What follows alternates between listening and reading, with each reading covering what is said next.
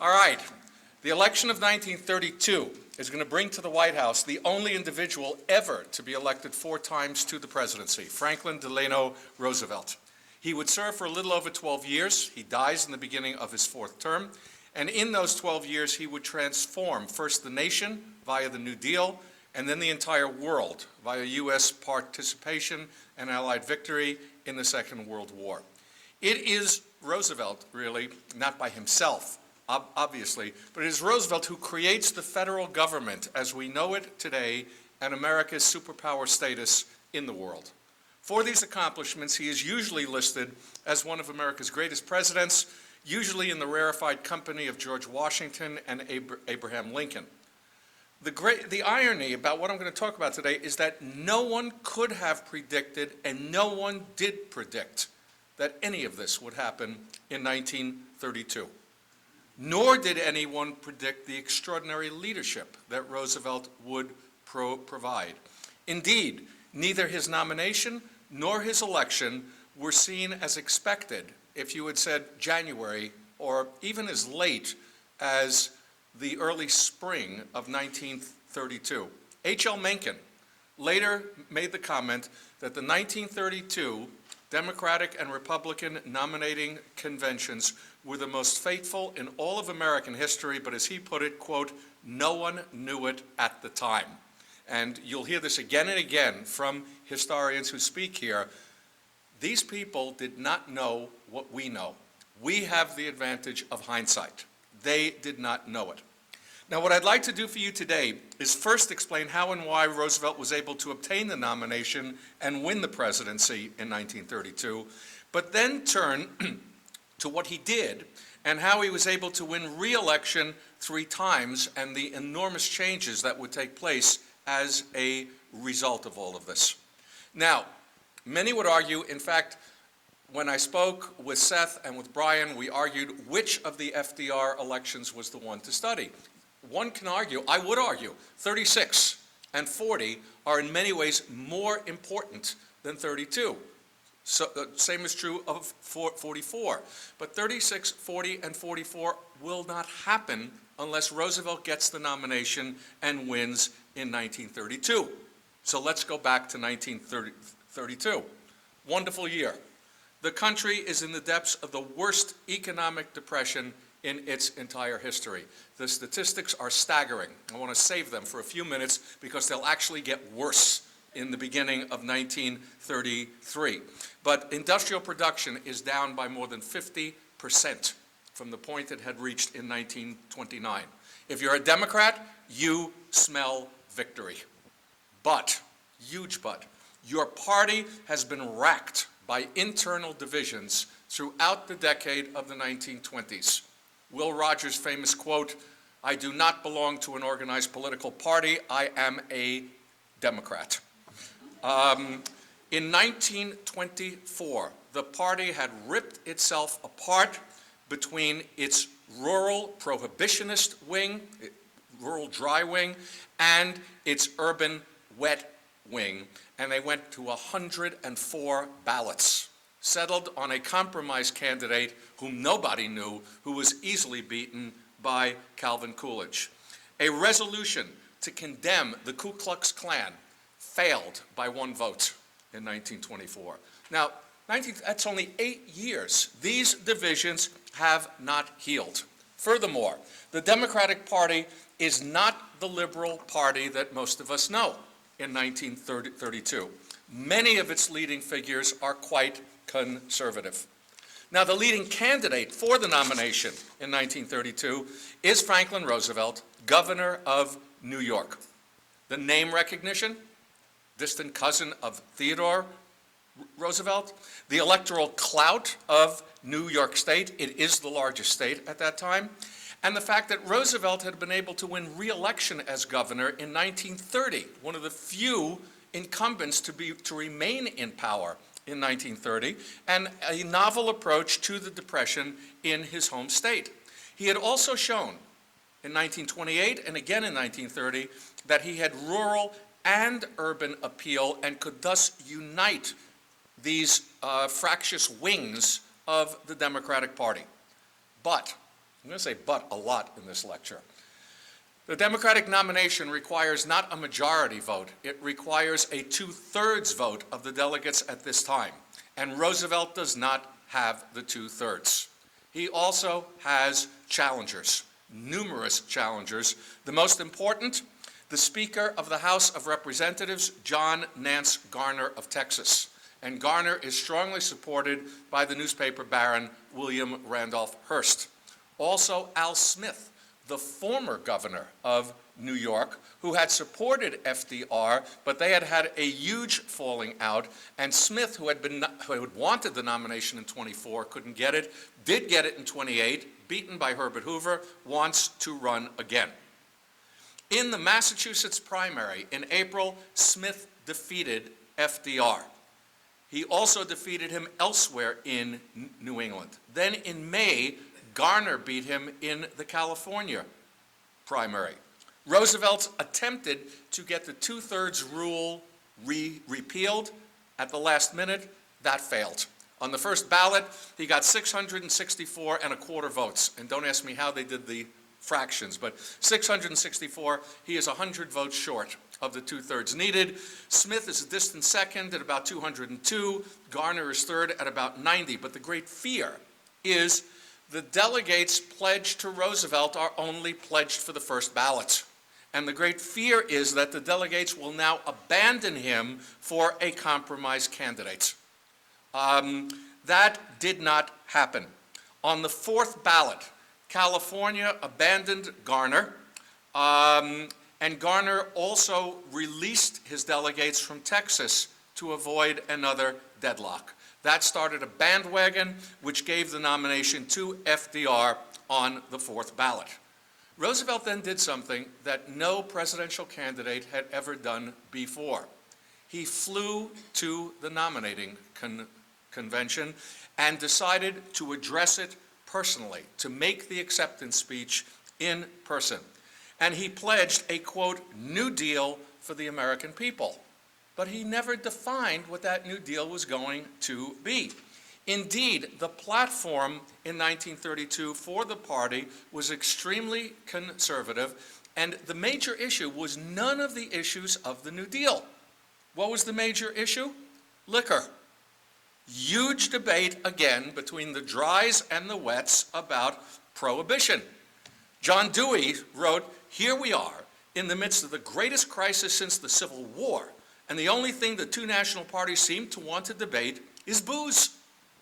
In a sense, it makes some sense. If you're going to have to go through a depression, you might as well be able to get drunk. The wets won, by the way. Ironically, Herbert Hoover, the president, in mid-1932, considered Franklin Roosevelt the weakest and most vulnerable of the possible Democratic candidates. He knew Roosevelt. They had worked together under Woodrow Wilson, and he thought he could beat FDR. He was not alone. Walter Lippmann labeled Franklin Roosevelt, quote, an amiable Boy Scout, and, quote, a pleasant man who, without any important qualifications for office, would very much like to be president. Chicago bookmakers in June offered 5-to-1 odds that Hoover would win.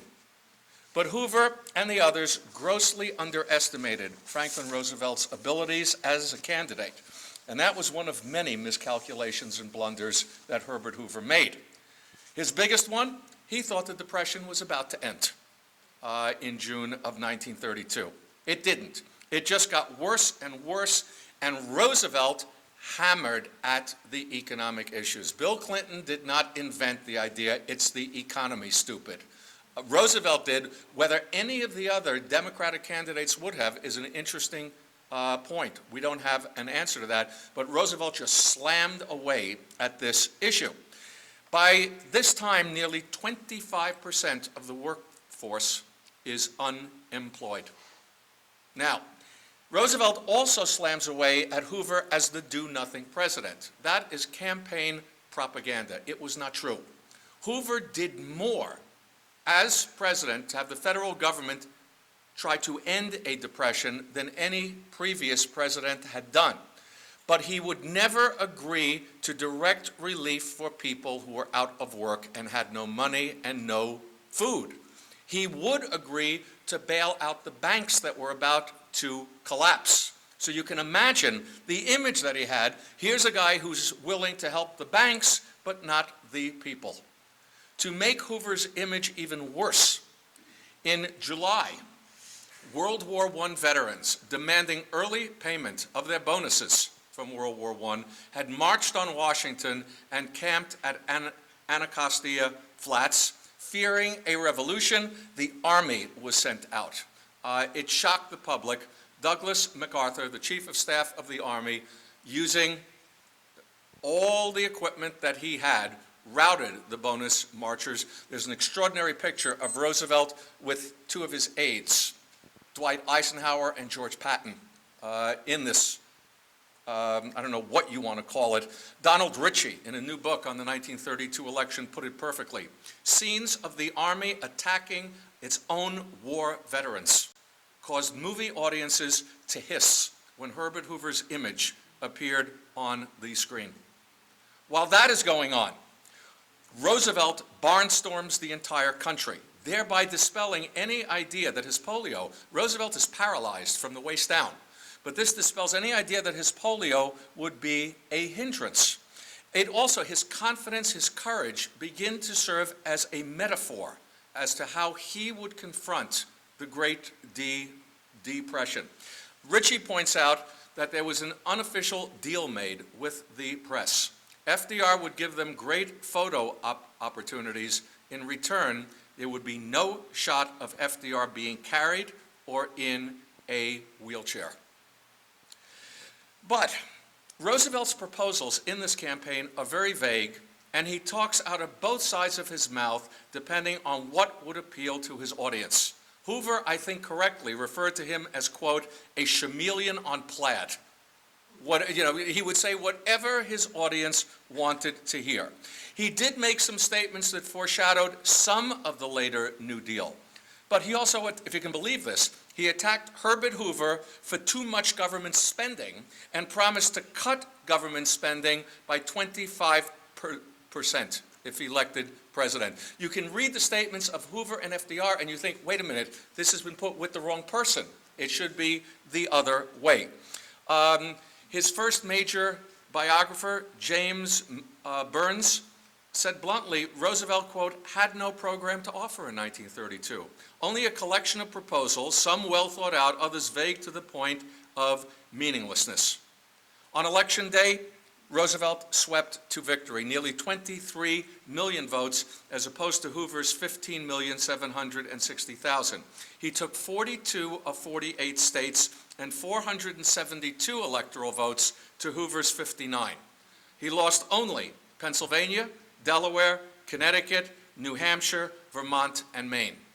Keep in mind those latter two for the next election, okay? He is the first Democrat to win the presidency with a clear majority in 80 years. He had united the Democrats, and he appealed to many Republicans and independents.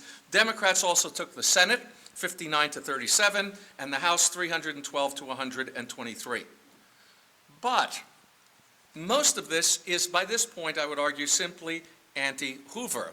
And I made the crack in a previous lecture. I would again, by November of 1932, a Cedar Post could have beaten Herbert Hoover. He was the villain of the whole piece, okay? No one quite knew what Franklin Roosevelt was going to do. No one expected or could have expected what would follow. An extraordinary transformation took place as Roosevelt would institute some of the most far-reaching changes in all of American history, the New Deal. Now let me give you a few statistics as to what things look like on March 4th, 1933. 100,000 businesses have failed.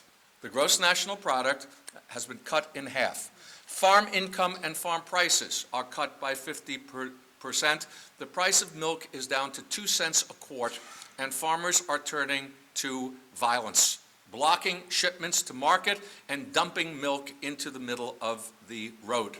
Unemployment is at more than 15 million. That is more than 25% of the total workforce. Steel plants are operating at 12% of their ability. U.S. Steel in 1929 had 250,000 full-time employees. On March 4th, 1933, it has no full-time employees, just some part-time employees. 1/3 of all banks in the country have failed. The remaining 2/3 appear about to crash. Financial panic has hit. Everybody is pulling whatever money they have left out of the banks. On Inauguration Day, both the New York Stock Exchange and the Chicago Board of Trade close for the day. The country is grinding to a halt. Now, I cannot and will not even try to go through all of the New Deal. First of all, it's only half of what I got to say. There's this thing called World War II that has to be dealt with, okay? But I would like to make a few major points. Roosevelt is not a great or a deep thinker. He has a very short attention span. Supreme Court Justice Oliver Wendell Holmes, when he met him, said a second-class intellect but a first-class temperament. He clearly understands what the country needs and wants, and that is bold action and experimentation, and that immediately he must restore confidence. The ideas for specific action and experimentation are going to come from his advisors, a group known as the Brain Trust that includes people and ideas from all the major reform movements of the last 40 years. The point is, they don't agree with each other. They are at total war with each other, and I can't go into detail on it now. And Roosevelt will never choose one group over a different group. Instead, he jumps back and forth. He attempts to combine them, different emphases at different times, and the result is going to be a hodgepodge of conflicting laws, agencies, and ideas. The New Deal will not bring the United States out of the Great Depression. World War II will do that. But it will stop the downward spiral, it will restore confidence, and it will begin the long road up. How does FDR do this? Extraordinary use of his personality and the media to mobilize subordinates, to mobilize the Congress, and to mobilize the American people. And I'd like to give you just one example, what is known as the first 100 days, the first 3 months of Roosevelt in office. Actually, I just want to look at the first week, okay? March 4th. Inauguration. We have nothing to fear but fear itself. That's a bald-faced lie. Starvation is something to fear. But this is what the president says. He requests broad executive power to wage war. He uses the analogy of World War I and asks for similar powers. It hits a public nerve. The White House is flooded with mail.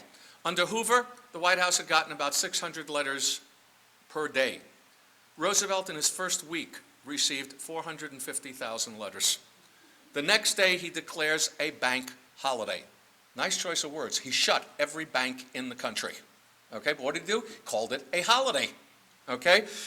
Why? Prevent more runs, more collapses. He also calls Congress into special session beginning March 9th, and then he disappeared with his staff to draft legislation. On March 9th, the first day the Congress opens, it is presented with an emergency banking act, providing for the banks to reopen with government help. That passed the House of Representatives without being read in 38 minutes. That was followed by Senate approval. The bill was signed within 8 hours. On March 12th, Roosevelt began his first fireside chat. He got on the radio, he had a great radio voice, and he said, "Let me talk to you about banking. I'm going to open the banks tomorrow, the ones that are sound. Don't panic, stop pulling your money out." 60 million people listened to FDR. On March 13th, the banks reopened, lines of people not pulling their money out, but putting their money back in. That was the end of the crisis, the beginning of the restoration of confidence. Over the next 6 weeks, Congress would receive from Roosevelt and pass 15 major bills, focusing on recovery of the economy, immediate relief, via the hiring of millions of out-of-work people to do federal projects, and reform of the system so that something like this could not happen again. You also had more of these fireside chats and the institution of the informal press conference. I once looked at a photo of an FDR press conference, and I couldn't believe what I saw, and I started reading the transcript. He would invite reporters into his office. He's in the wheelchair behind his desk. They are standing. They're sitting on the floor. the few chairs they've taken up, they're sitting on his desk. And they're just firing questions at him, and he's bantering back and forth with them, sometimes serious, sometimes just fun. My favorite line, one reporter said, "Why do you always have that cigarette holder? Whenever you have a cigarette, it's in that cigarette holder." And his answer, "My doctor told me to stay as far away from cigarettes as I possibly could." And that's what I'm doing. As a longtime cigarette smoker, I really appreciate that story.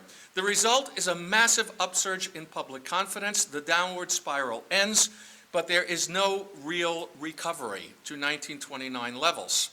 And as the crisis recedes, Roosevelt comes under savage attack from left and right. On the right, big business says, well, you've gone way too far. And on the left, there are a group of people who are saying you haven't gone far enough. Most threateningly, the senator from Louisiana, Huey Long, who is threatening to run against FDR and saying he's not going nearly far enough. Roosevelt said he was one of the two most dangerous men in the United States. The other one, in case you wanted to know, was Douglas MacArthur. But with this, Roosevelt would swing way to the left in 1935, side with advisors who were calling for heavy deficit spending and a tax on big business. The early New Deal had been cooperation with big business. Roosevelt, in Madison Square Garden, will say of big business, "Never have forces been so united in their hatred of one candidate as they are in their hatred of me, and I welcome their hatred." It is virtual class war. The bills that we associate with the New Deal get passed during this, many of them, during the second New Deal.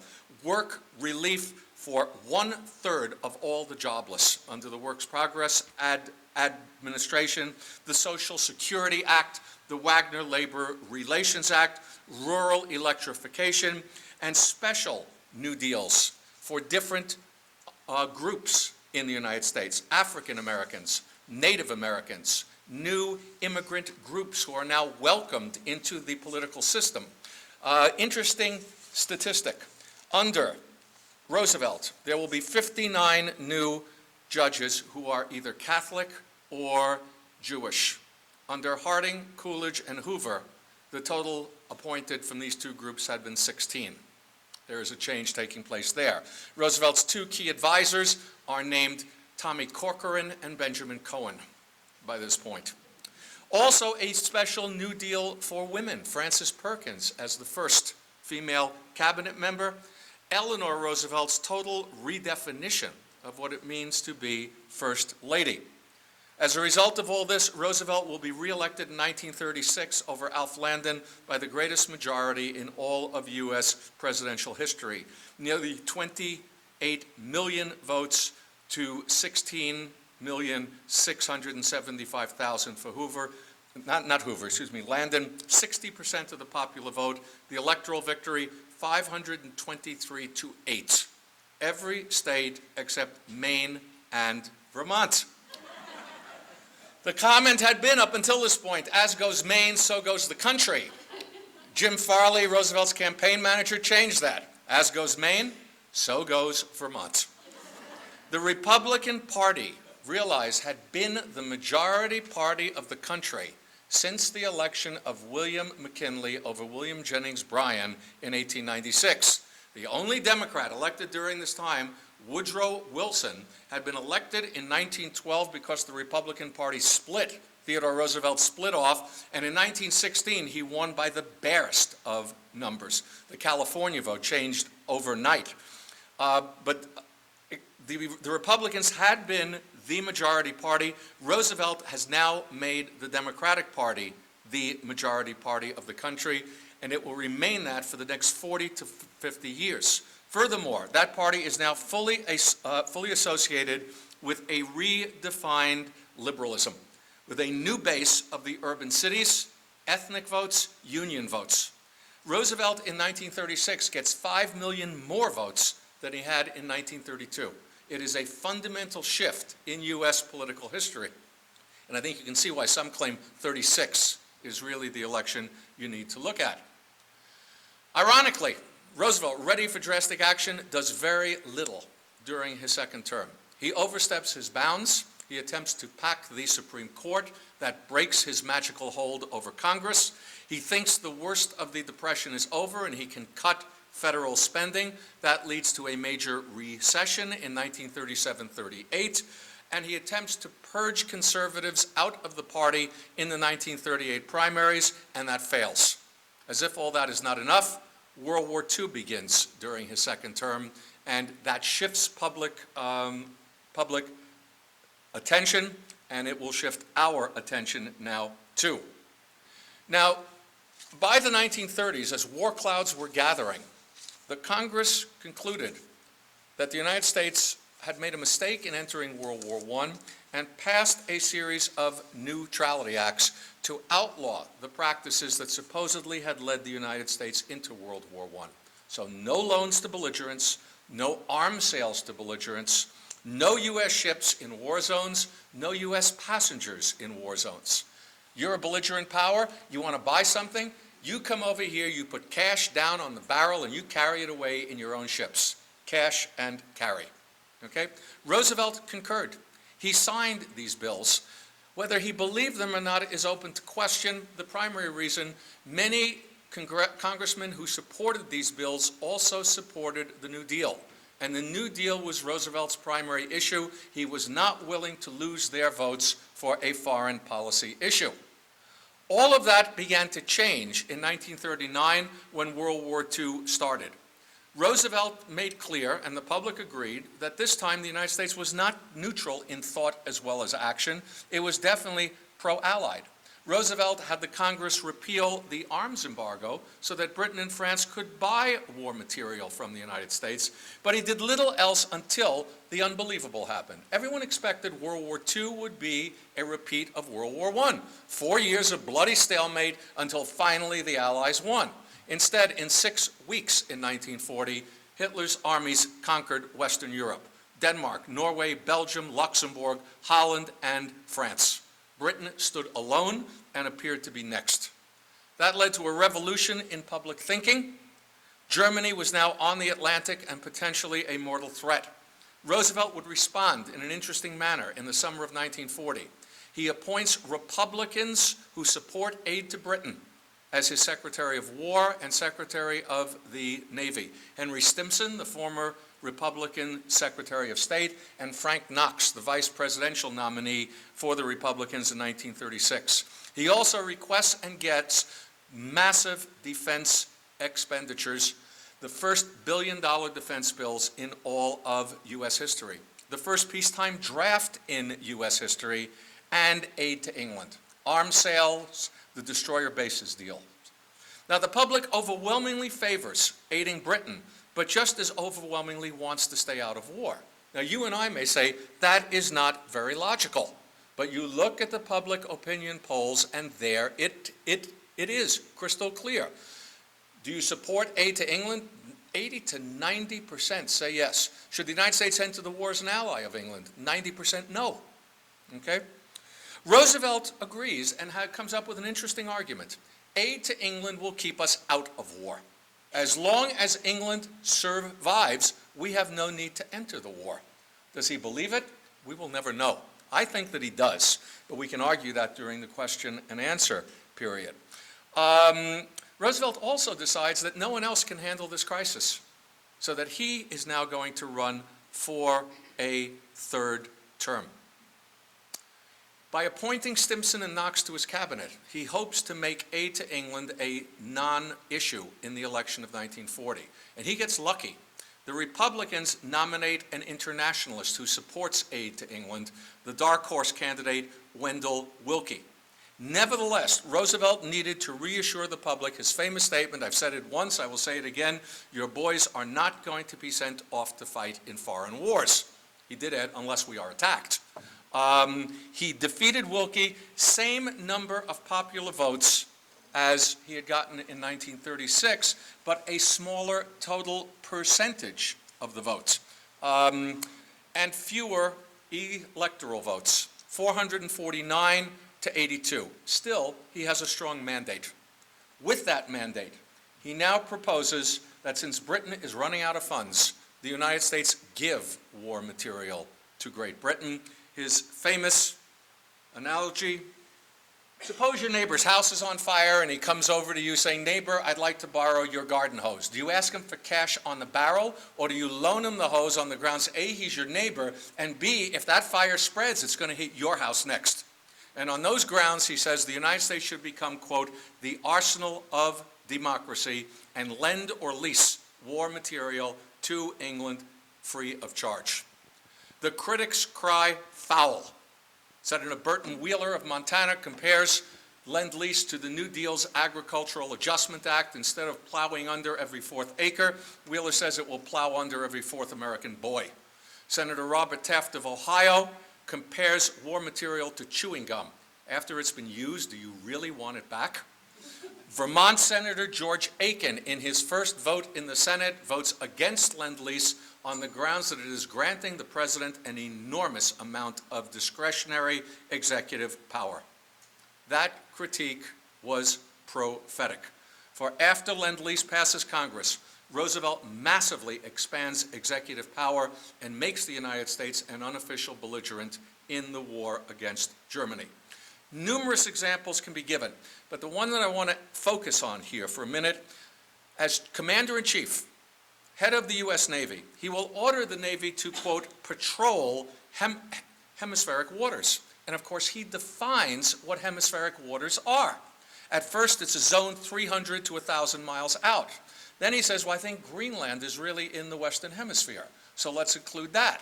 Then, by the summer of 1941, he extends it all the way to Iceland, okay?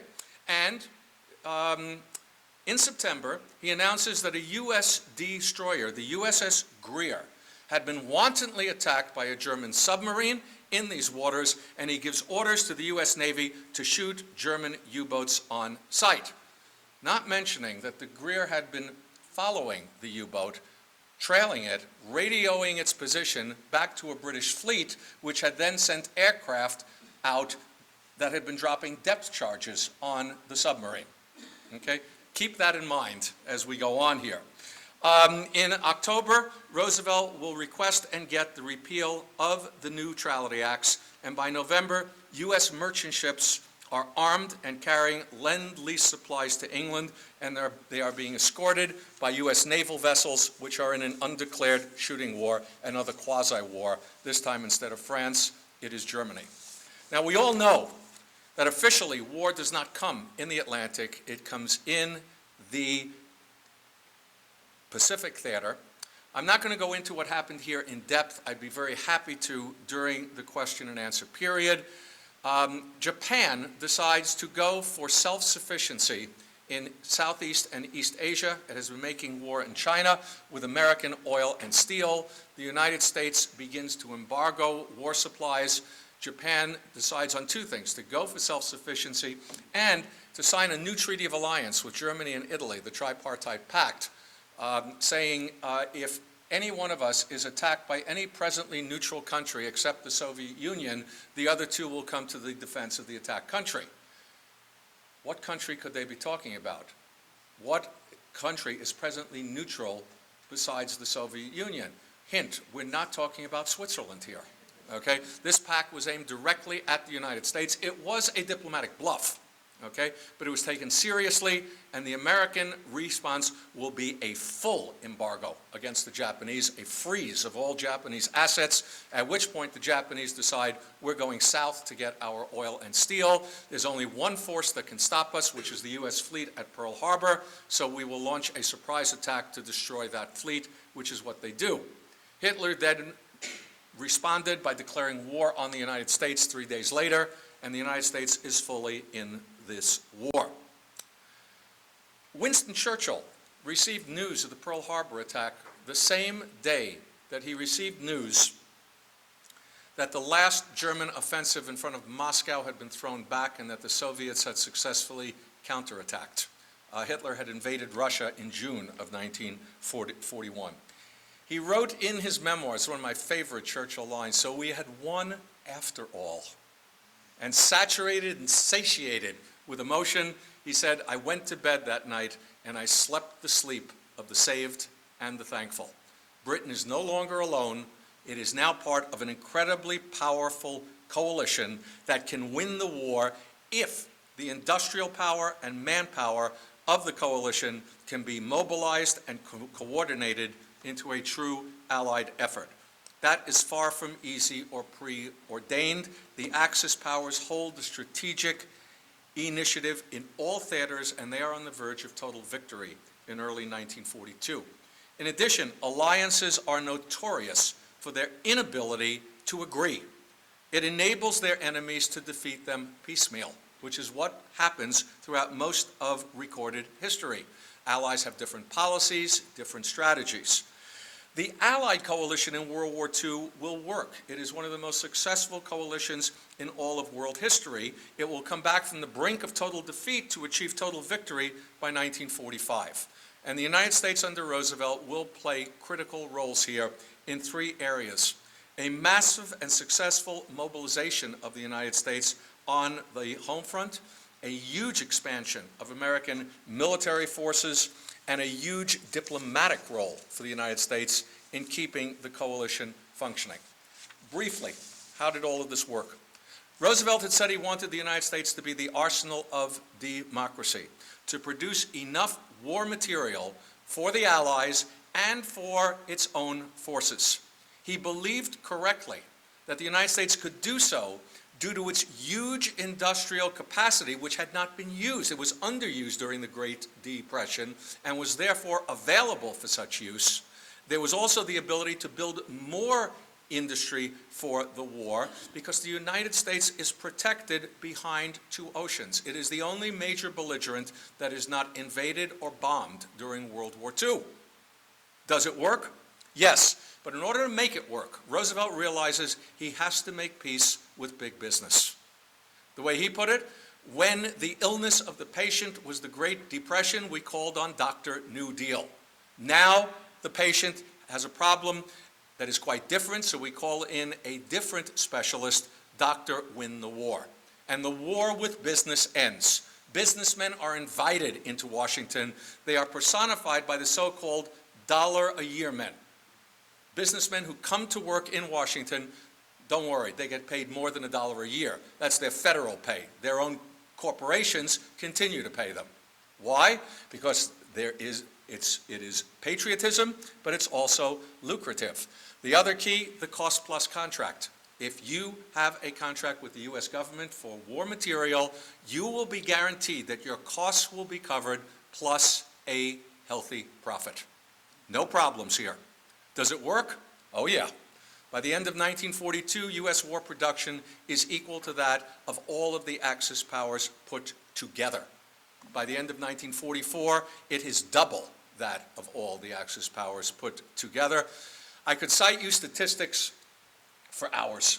The one that blows my mind, the new Willow Run assembly plant to produce aircraft, aircraft. By the end of the war, one B-24 long-range 4-engine bomber is coming off the Willow Run assembly line every 63 minutes. And there are other examples of this, what is taking place here. Simultaneously, the United States will draft over 15 million people during the war, creating the largest army in our history, the largest Navy in world history, and the largest Air Force in the entire world. And of course, by 1945, it will have the ultimate weapon, the atomic bomb. The United States will become the premier, it had been the premier economic power before the Great Depression. It is once again, but it is now also the premier military power. Roosevelt managed to keep public opinion unified for a total war effort throughout this entire conflict. And I would argue that given the utter failure of his successors in this regard, we must now recognize that that was quite an accomplishment. It was not easy or accidental. He was very careful to pursue policies that would keep the public unified on the total war effort. He also proved to be one of the strongest and most effective military commanders-in-chief in U.S. history, and indeed established the basis of the modern American military establishment. The Joint Chiefs of Staff were not in existence when Pearl Harbor occurred. They were created in the early months of 1942. Nor was there a central intelligence agency. The Office of Strategic Services were created at this time, and that eventually morphed into the CIA. Roosevelt personally appointed his Army and Navy Chiefs of Staff. He appointed George C. Marshall over 33 senior generals in 1939, knowing that Marshall was going to talk back to him. In fact, Marshall had, in a 1938 meeting, saying, Roosevelt had said, "Don't you agree with that, George?" He was the junior person there. Marshall had said, "Frankly, Mr. President, I don't agree with that at all," which ended the meeting right then and there. Marshall said everyone shook his hand, saying what a shame his stay in Washington was going to be so short. 6 months later, Roosevelt says, "I want you to be the next Army Chief of Staff." He did not want yes men around him. Okay? He also had the Army and Navy chiefs report directly to him. He established the executive offices of the presidency, of the president, bypassing the entire bureaucracy of the War Department and the Navy Department. He was a strong proponent of the Germany First strategy that his advisors came up with. He was the one who insisted on sending material aid to Britain and the Soviet Union. He was also a very effective diplomat and coalition leader. The British, the Russians, and the Americans all disagreed on their wartime strategy and the post-war world. You know, I love to joke in class. I say, look, they did agree they needed to defeat Germany before the Japanese. They did agree that they wanted to create a world where a nightmare like this could never happen again. That's a lot. The only thing they disagreed on was how to accomplish either of those goals. And they disagreed very strongly. Britain wanting a peripheral strategy, the Soviets and the Americans wanting a cross-channel strategy, and shape of the post-war world, total disagreement. The Allies would resolve these differences largely through summit conferences.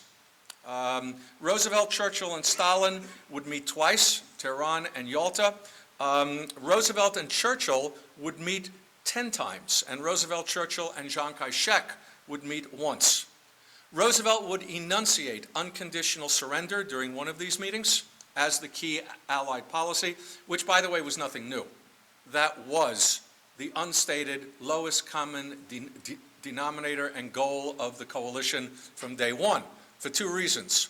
One, you had given Germany a conditional surrender in World War I. That had led to the stab in the back myth, the rise of Adolf Hitler, and World War II. So the feeling was, not again. The German people must realize this time that they have lost the war. And we want their government remade totally. And please tell me what sort of a negotiated peace you can reach with Adolf Hitler. Roosevelt simply enunciates it at a certain point.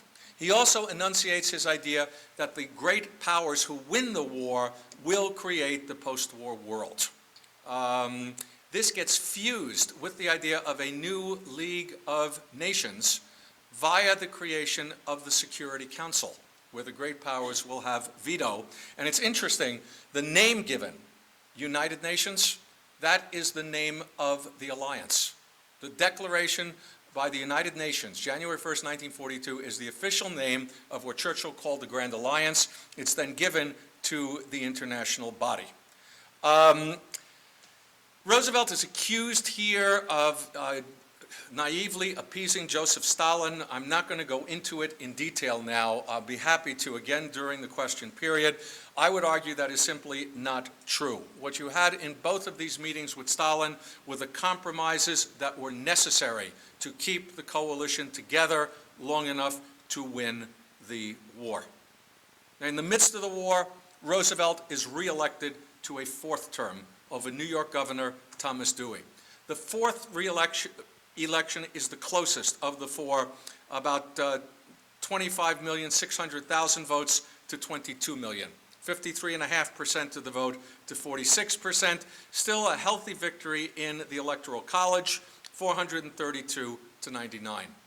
But Roosevelt will die of a massive stroke in April of 1945.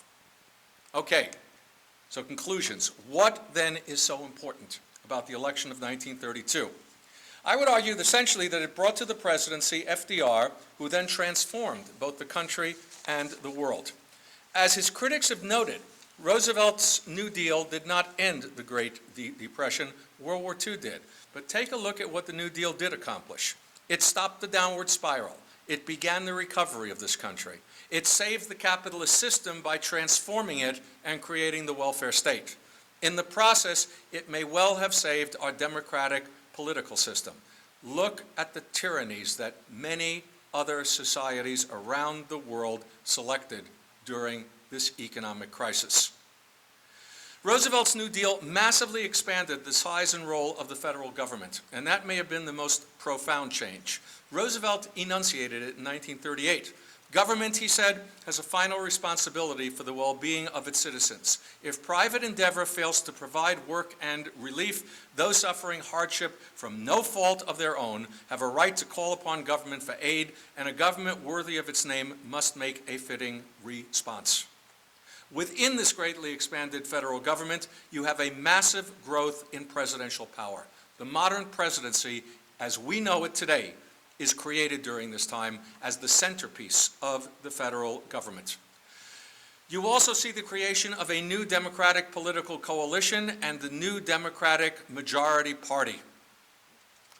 And you have a total redefinition of what liberalism means in this country, a redefinition that sets the course for liberalism for the rest of the 20th century.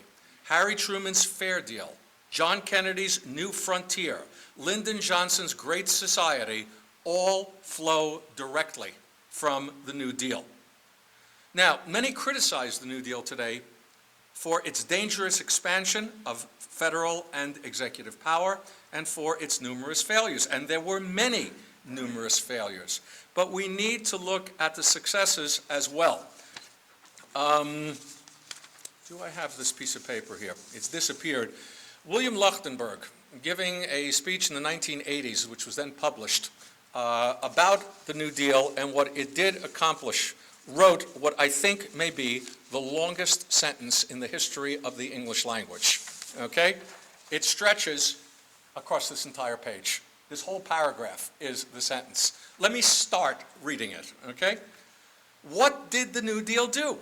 It gave far greater amplitude to the national state, expanded the authority of the presidency, recruited university-trained personnel, won control of the money supply, established central banking, imposed regulation on Wall Street, rescued the debt-ridden farmer and homeowner, built model communities, financed the Federal Housing Administration, made federal housing a permanent feature, fostered unionization of the factories, reduced child labor. I'm 1/4 of the way through that sentence now. Okay? And if you want, I'll read you the whole thing, but I do want to leave enough time for your questions. As for World War II, Roosevelt led the nation into recognition of the mortal threat posed to our security and values by Nazi Germany and the Imperial Japanese, and thus into agreement first to aid Britain, then Russia, China, and others, and then into the war itself. During the war, this country became the arsenal of democracy that he had proposed, supplying its allies as well as its own forces, while building and deploying globally the largest armed force in our history. By the end of the war, the United States was in every area the most powerful nation in the world. Indeed, it was the most powerful nation the world had ever seen, summarized once again by Churchill, who in August of 1945 said, "The United States today stands at the summit of the world." And I think that says it perfectly. He also fathered the UN. I would argue was one of the most effective diplomats in all of American history, one of the most active commanders-in-chief, and the result would be total military victory by 1945, followed by the total remaking of the German and Japanese governments into the democratic societies we have today. Roosevelt's policies during the war thus established the foundations of U.S. foreign policy and military policy for the rest of the 20th century and into the 21st century. Isolationism died, and instead you have the rise of the United States as the world's preeminent power. In the process, however, there were some very dangerous precedents set and some very serious abuses of executive power that unfortunately Roosevelt's successors would emulate with catastrophic results. And I take you back to the Greer episode. In 1941, we have been wantonly attacked by this German U-boat. I give orders to the Navy to shoot on sight, not mentioning what the Greer had been doing at that point.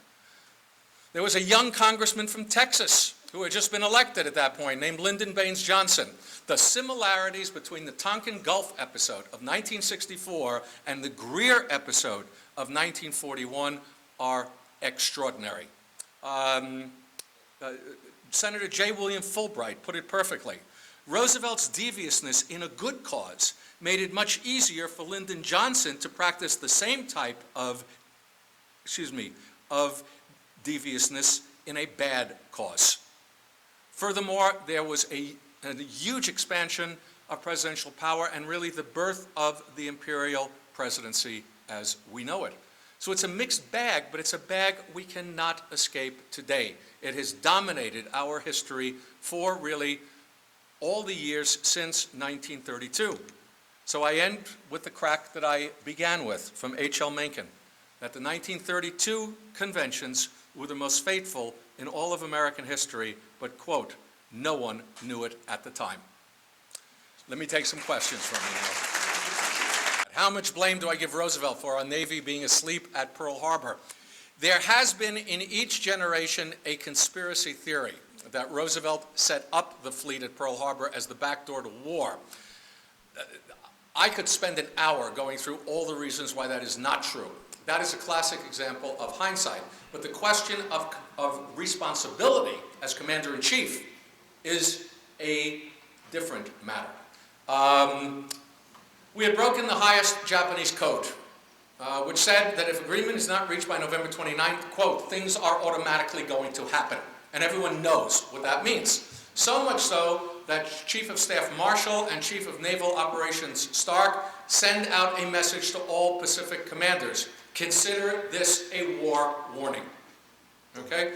In that sense, what takes place is the fault of the local commanders, Kimmel and Short. They had been warned.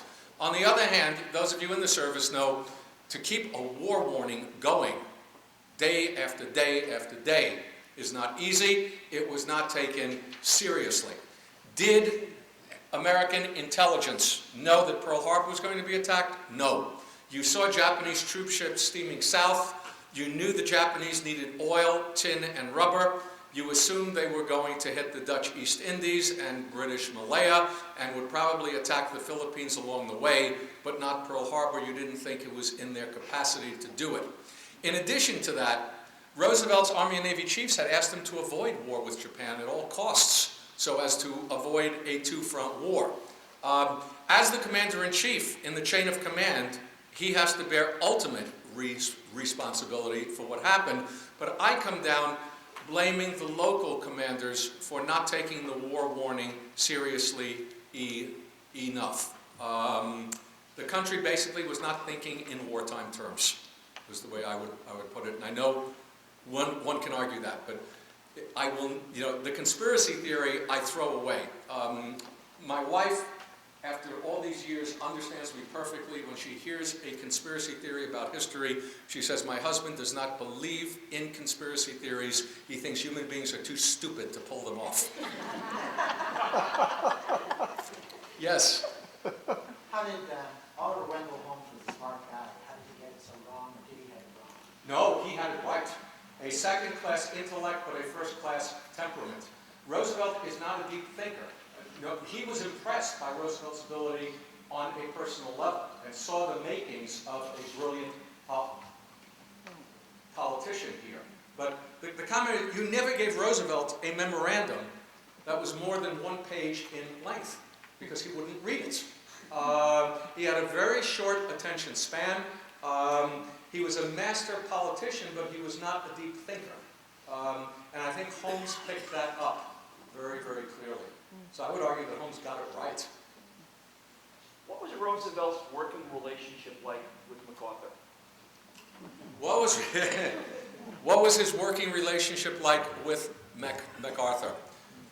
MacArthur had an ego the size of this room. The only person I know that referred to him, only American I know that referred to himself in the third person.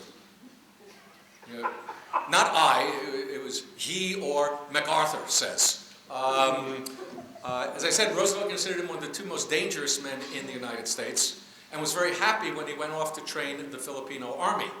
At the same time, under Marshall's prodding, he did bring MacArthur back to active service when it became clear that there was going to be war, and he and Marshall proposed MacArthur's Medal of Honor and that MacArthur leave the Philippines, not be taken prisoner or die, in order to lead Allied resistance from a base in Australia. He found MacArthur insufferable, but realized that here was a rallying point for the American people. Remember my point about keeping public opinion unified, okay, on a total war effort. Don't let defeatism come in, don't let the people get tired, point out how important total victory is, and he could use MacArthur in this way. He disagreed with MacArthur's strategy, which was a Pacific First strategy, totally. He knew the man had immense political power and might be his political rival in 1944. There was a movement to draft MacArthur in 1944 and again in 1948. So he kept him at arm's distance. I would say used him would be the verb that I would use. Okay? Seth. I'll do one, Mark. I read a quote recently, a little blurb, I think it was from the Cato Institute. I just want to get your comment about this. Saying that Roosevelt was responsible for extending the Depression by 7 years or so because he put money in the hands of workers thinking it would filter up to industry and therefore restore the economy, when what he should have done is put the money into industry directly and had it filter down. And so that it was very derogatory. It was really saying that Roosevelt was responsible for extending the Depression because he had it backwards. And I know you're not an economist, but no. What's your? I'm curious to hear your From the little economic history that I do know, that comment has it. Well, that's exactly what Herbert Hoover did, and look what the result was. It didn't work. What Roosevelt was able to do by hiring those out of work and putting money in their pockets, that meant they could buy things. And you did begin to get a recovery here.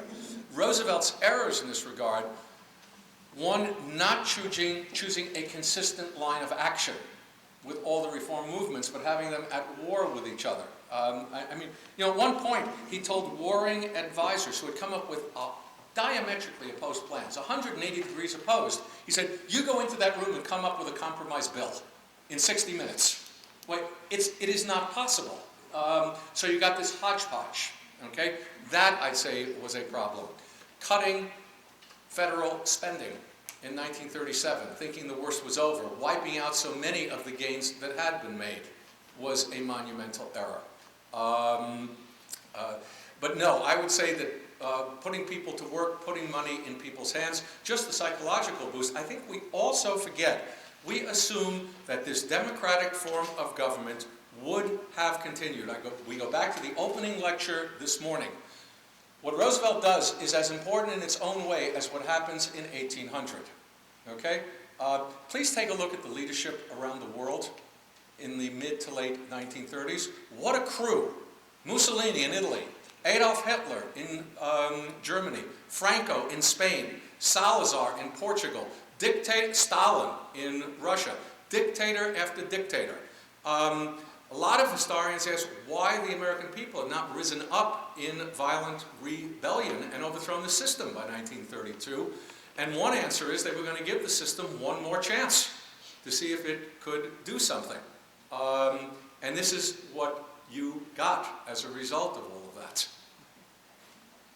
Yes? With the Depression New Deal, can you give us any perspective on how Vermont was affected relative to other New England states, and did it have any impact on its voting patterns? I would leave that to Donna Brown. It did, I'll say one thing and then we'll go back to you. It did have an effect on its voting patterns, just not that one. You know, and the cry is Vermont had been so depressed since 1927, since the flood, that it couldn't go down much more. How important was the relationship between Roosevelt and Churchill? Critical. There were famous stories told everywhere about this. My favorite is Churchill, whenever there was a conference in Washington, Churchill stayed at the White House. And they would also go up to Hyde Park together. Roosevelt's White House was highly informal. Most of the rooms were not locked. He would simply wheel himself in. And one day he wheeled himself into Churchill's room as Churchill was getting out of the bathtub. And there's the Prime Minister of Great Britain standing there in his birthday suits. And Roosevelt excused himself and began to wheel himself out, and supposedly Churchill said, "Please, Mr. President, don't leave. His Majesty's First Minister has absolutely nothing to hide from the President of the United States," which was a bit of an overstatement. They had plenty to hide from each other, and they could be devious with each other. But there was a true friendship. I will add a caveat. To the extent that Franklin Roosevelt was capable of a friendship as we understand the words today, he would use people. There was nobody who really remained close to him. One advisor was favored in certain years, then he would drop away and another advisor would be favored. One scholar refers to that deeply forested interior of Franklin Roosevelt. But as close as he could be, he was with Churchill. His great crack to Churchill in February of 1942, "It is fun to be in the same decade with you." And when they were together, they would drive their military staffs to utter distraction. Churchill would keep Roosevelt up drinking until the middle of the night, though he couldn't stand what a special relationship within the Grand Alliance. So I would say it was a crucial relationship that I don't think Wendell Willkie could have pulled off had he won in 1940. Okay? Thank you very much.